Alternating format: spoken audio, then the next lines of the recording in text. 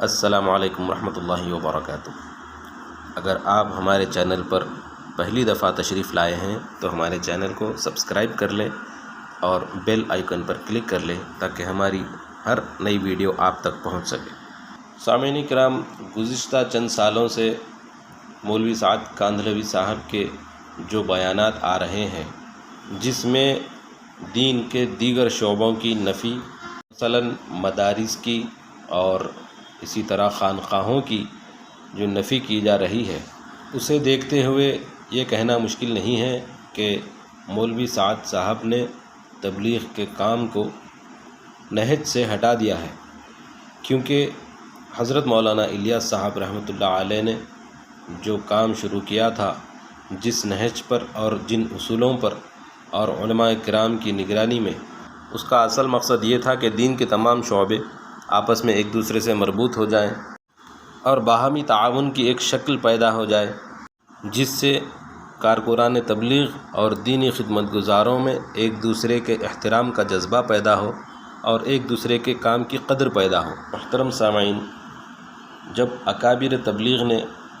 اس بات کا مشاہدہ کیا کہ کام حضرت مولانا الیاس صاحب رحمۃ اللہ علیہ کے اصولوں اور آپ کے مقاصد سے ہٹ رہا ہے، اپنے آپ کو بری کرنے کے لیے ان حضرات نے مرکز چھوڑا اور دعوت و تبلیغ کے کام کو اس کے نہج اور اصولوں پر باقی رکھنے کے لیے نئے سرے سے اس کام کا آغاز کیا، تاکہ کام کو حضرت مولانا الیاس صاحب کے نہج پر برقرار رکھتے ہوئے آگے بڑھایا جائے۔ سامعین کرام، تاریخ شاہد ہے کہ جس جماعت نے اور جس تحریک نے علماء کرام کی سرپرستی سے انکار کیا، بلکہ اپنے کام کو علماء کرام کے مقابلے میں دیکھنا شروع کیا، تو ان جماعتوں اور ان تحریکوں سے خیر جاتا رہا۔ دیکھتے دیکھتے ان جماعتوں کا دائرہ کار محدود ہوتا گیا، خیر و برکات میں کمی آتی گئی، اور محدود ہو جانے والی، سکڑنے والی جماعتوں کی وجوہات میں سے ایک عام وجہ یہی ہے کہ یہ تحریکات اور یہ جماعتیں مقابلے اور ٹکراؤ کی راہ پر چل پڑی تھیں۔ سامعین کرام، جس طرح دعوت و تبلیغ کا کام مقصد نبوت میں سے ہے، اسی طرح تعلیم و تعلم، درس و تدریس، تزکیہ و سلوک بھی مقصد نبوت میں سے ہیں، اور یہ شعبے صدیوں سے دین کی خدمت انجام دے رہے ہیں اور امت کو اللہ کے راستے کی طرف رہنمائی کا کام انجام دے رہے ہیں۔ تاریخ اسلامی میں کہیں بھی یہ بات دیکھنے کو نہیں ملتی کہ تعلیم و تعلم کے شعبے نے خانقاہی نظام سے اختلاف کیا ہو، یا خانقاہی نظام سے تقابل کیا ہو، یا خانقاہی نظام نے تعلیم و تعلم، درس و تدریس پر انگلی اٹھائی ہو۔ سامعین کرام، حضرت مولانا شمشاد احمد مظاہری صاحب کی ایک کتاب ہے کہ اللہ کا راستہ کیا ہے، اس میں انہوں نے بہت ہی بہترین بات لکھی ہے۔ فرماتے ہیں کہ دین کے بنیادی شعبوں میں تعلیم و تعلم، تزکیہ و سلوک اور دعوت و تبلیغ کو خصوصی اہمیت حاصل ہے۔ ان تینوں شعبوں میں سے ہر شعبہ اپنی جگہ اہم بھی ہے اور ضروری بھی، اور قرآن کریم میں اللہ جل شانہ نے ان شعبوں کو حضور اقدس صلی اللہ علیہ وسلم کی بعثت کے مقاصد میں شمار فرمایا ہے۔ ارشاد باری ہے کہ اللہ کی ذات وہ ہے جس نے ان پڑھ لوگوں میں ایک رسول بھیجا جو ان پر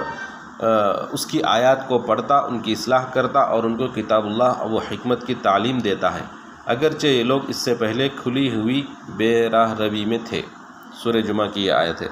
اسی طرح ایک مقام پر اللہ تبارک و تعالیٰ نے مسلمانوں پر اپنے بے کراں احسانات کا ذکر کرتے ہوئے ارشاد فرمایا، تحقیق کہ اللہ تعالیٰ نے مسلمانوں پر بڑا احسان کیا کہ انہی میں سے ایک رسول بھیجا جو ان پر اس کی آیات کو پڑھتا ہے، ان کی اصلاح کرتا ہے اور ان کو کتاب اللہ و حکمت کی تعلیم دیتا ہے، اگرچہ یہ لوگ اس سے پہلے کھلی ہوئی بے راہ روی میں تھے۔ ان آیات سے آقا مدنی صلی اللہ علیہ وسلم کے بعثت کے مقاصد کی وضاحت ہوتی ہے کہ یہ سب دین کے شعبے ہیں جن کے نفاذ اور نشر و اشاعت کے لیے حق تعالیٰ نے آپ صلی اللہ علیہ وسلم کو مبعوث کیا ہے۔ اور ان آیات کا حوالہ دیتے ہوئے مفتی اعظم حضرت مولانا مفتی محمد شفیع صاحب دیوبندی تفسیر معارف القرآن میں لکھتے ہیں کہ سورہ بقرہ کی اس آیت میں اور سورہ آل عمران و سورہ جمعہ کی آیات میں رسول اللہ صلی اللہ علیہ وسلم کے متعلق ایک ہی مضمون، ایک ہی طرح کے الفاظ میں آیا ہے، جن میں حضور صلی اللہ علیہ وسلم کے اس دنیا میں تشریف لانے کے مقاصد یا آپ کے عہدہ نبوت و رسالت کے فرائض منصبی تین بیان کیے گئے ہیں۔ ایک تلاوت آیات، دوسرے تعلیم کتاب و حکمت، تیسرے تزکیہ اخلاق وغیرہ۔ حضرات مفسرین کی تصریحات کے مطابق تلاوت آیات سے مراد تبلیغ و دعوت ہے، اور تعلیم کتاب و حکمت کا مصداق تعلیم و تعلم یعنی درس و تدریس ہے، اور تزکیہ سے مراد سلوک و تصوف یعنی انسان کے ظاہر و باطن کو رذائل سے صاف کرنا ہے۔ دین کے یہ تمام شعبے ضروری اور عظمت شان کے حامل ہیں، اور ان سب کو دین سمجھنا ہماری ذمہ داری ہے۔ ہمارے اس دور میں عموماً دیکھنے میں یہ آتا ہے کہ دعوت و تبلیغ سے منسلک بعض نادان دوست دین کے دیگر شعبوں کو یا تو دین ہی نہیں سمجھتے یا ضروری نہیں سمجھتے۔ ان کا خیال یہ ہے کہ دین کی محنت صرف اور صرف مروجہ دعوت و تبلیغ تک محدود اور اس لائن سے کی جانے والی نقل و حرکت میں منحصر ہے، اور مدارس اور علمی مراکز میں باز گشت کرتی قال اللہ اور قال رسول کی صدائیں، قرآن کی تعلیم کی محنت، تفسیر، حدیث و سنت، فقہ کی تدریس، تصنیف و تالیف اور افتاء و تمرین کی لائن سے کی جانے والی شب و روز کی محنتیں یا تو دین ہی نہیں یا پھر غیر اہم اور غیر ضروری ہیں۔ یاد رکھیے، اس طرح کی یہ ذہنیت بعثت نبوی کے مقاصد سے روگردانی ہے، اور دین کے بنیادی اور نہایت اہم امور کی تحقیر کے ساتھ ساتھ تبلیغی جماعت کے ہمارے اکابر کے منشا کی صریح مخالفت ہے۔ وہ حضرات مدارس تعلیم اور پڑھنے پڑھانے کو نہایت اہم اور ضروری سمجھتے تھے۔ حضرت جی مولانا محمد یوسف صاحب کاندھلوی رحمۃ اللہ علیہ فرمایا کرتے تھے، ہم پڑھنے پڑھانے کو بنیادی کام سمجھتے ہیں، اور حد یہ ہے کہ ہم خود پڑھاتے ہیں۔ ہم تو یہ چاہتے ہیں کہ پڑھانے کے کام کے ساتھ تبلیغ کو بھی لگائے رکھو۔ یہ بات آپ کو ملفوظات و اقتباسات حضرت جی مولانا محمد یوسف صاحب رحمۃ اللہ علیہ صفحہ نمبر 113 اور 114 پر ملیں گی۔ الغرض سامعین کرام، دعوت و تبلیغ بہت ہی عظیم کام ہے، اور تبلیغی جماعت کے بعض احباب ایسے علاقوں تک دین کی دعوت لے کر پہنچے ہیں جہاں تک اہل علم نہ پہنچ سکے،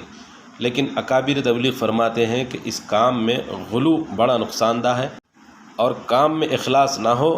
تو اس میں وقت لگانے سے کوئی فائدہ نہیں ہے۔ اللہ تبارک و تعالیٰ سے دعا ہے کہ ہمیں دین کے ہر شعبے کی قدر اور اس کا احترام کرنے کی توفیق عطا فرمائے، اور اخلاص سے دین کی خدمت کرنے کی توفیق عطا فرمائے۔ السلام علیکم ورحمۃ اللہ وبرکاتہ۔